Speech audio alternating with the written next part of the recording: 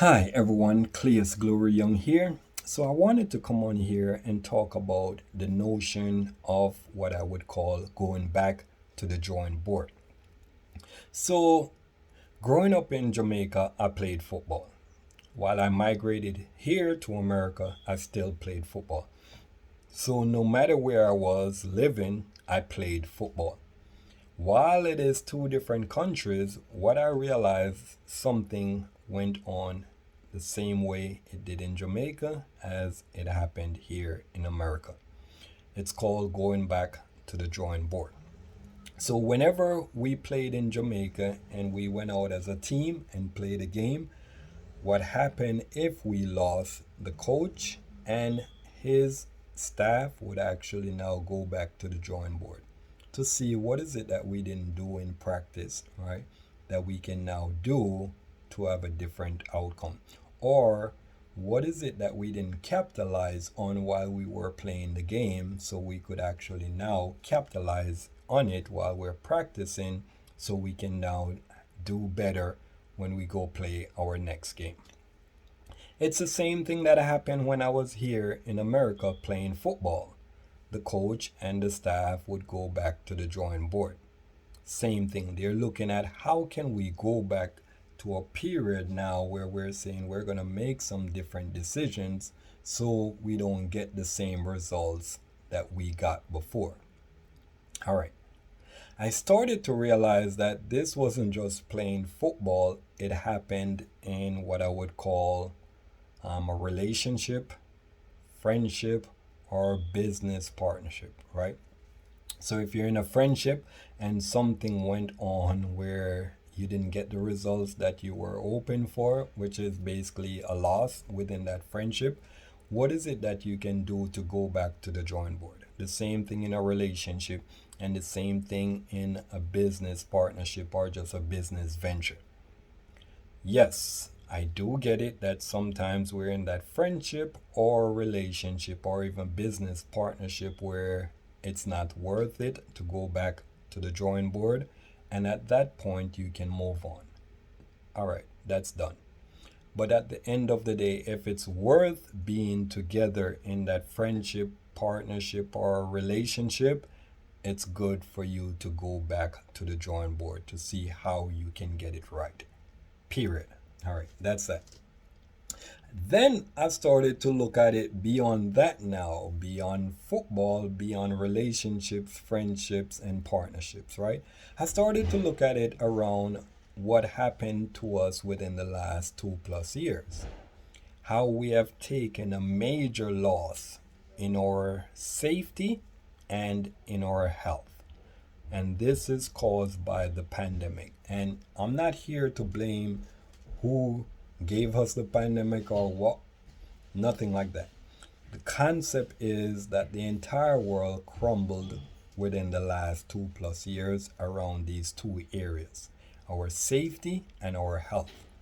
And how do we get to the drawing board now where we're saying now, hey, these were the things that we didn't put in place. So we could now put them in place so we don't suffer a loss in our safety and in our health moving forward, right? When I look at that from the background, like reading between the lines, I could clearly, and I mean clearly, see that we weren't adequately taught how to be safe and how to be healthy. Like we have an inadequate teaching in these two areas. So, regardless of what you may look at with the concept of the pandemic, at the end of the day, we took loss in these two areas, our safety and our health. And the reason why we took a loss in these two areas is because we weren't adequately prepared in these two areas, point blank, right? It's not a moment for us to really come and point fingers. You did this or you did. It's about going back to the drawing board. That's what I saw my coaches did. They went back to the drawing board. Yeah, they made joke and say, "Oh, that player didn't do that." They made a joke about it, but they weren't pointing finger like such and such. They made a joke. We went back to the drawing board and we got it done. Next game, possibly we won. If we didn't win, go back to the drawing board again. That's it.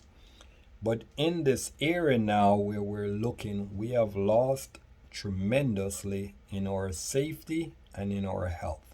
And if I continue to read through the lines, I could see that whatever is it that we had in place weren't sufficient.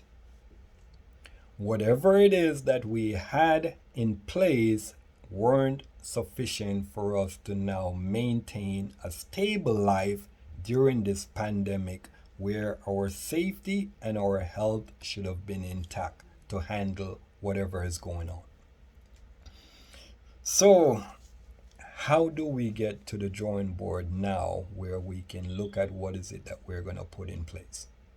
And I'm working on this course now, and the course, a part of it is dealing with our choices and decisions. And literally, it is supposed to be an experience where I'm putting together the course based on my experience, right? But it's becoming a point of the course where I'm seeing things like from an insight or revelation or epiphany. It's like, okay, these things weren't introduced to us. So when I go back to the notion of saying we have been inadequately prepared in our safety and in our health, like the course is actually showing it to me. And this was nothing to do with what I was developing in the course. This has nothing to do with it. But just putting two and two together and reading between the lines, I'm like, oh my goodness.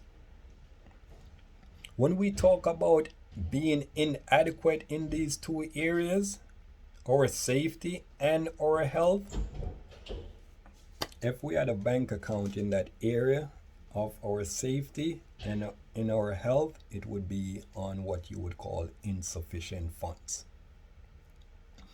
Because we didn't have anything put in place to really make us substantial while this approaches from a global standpoint. So think about it. How do we get back to the drawing board now and saying, all right, you know what? These things weren't put in place for us to be substantial during this type of crisis, right? But it's not who we're going to blame. It's like, what can we put in place now? All right, within the last 2 years, what did we learn? What did we discover? Whatever we learned or we discovered, we need to now put those things into practice. Because at the end of the day, we can't continue to lose in these areas. Here's one main reason that I could understand. Our safety and our health is the essential value of who we are. When we don't have these things intact, right, beyond the pandemic, just look at how we treat each other. We fight each other, we kill each other, we backstab each other, we do all these what I would call minor things to each other. And in psychology, that is called what you call the survival mode. So because we're in a survival mode, because we don't have our safety and our health intact, we get into what is called the survival mode. And then we do these things to each other. So beyond the pandemic, that's why I'm saying this has nothing to do with the pandemic of blaming such and such.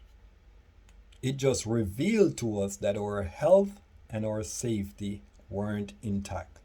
So how could we now go back to the drawing board and say, all right, this is what we're going to put in place so we can begin to now practice these things. So guess what? We will never take another loss in this area if there's another pandemic, because we would be now sufficiently prepared to deal with such a global crisis of the crash of our safety and our health system. All right, so think about that. God bless.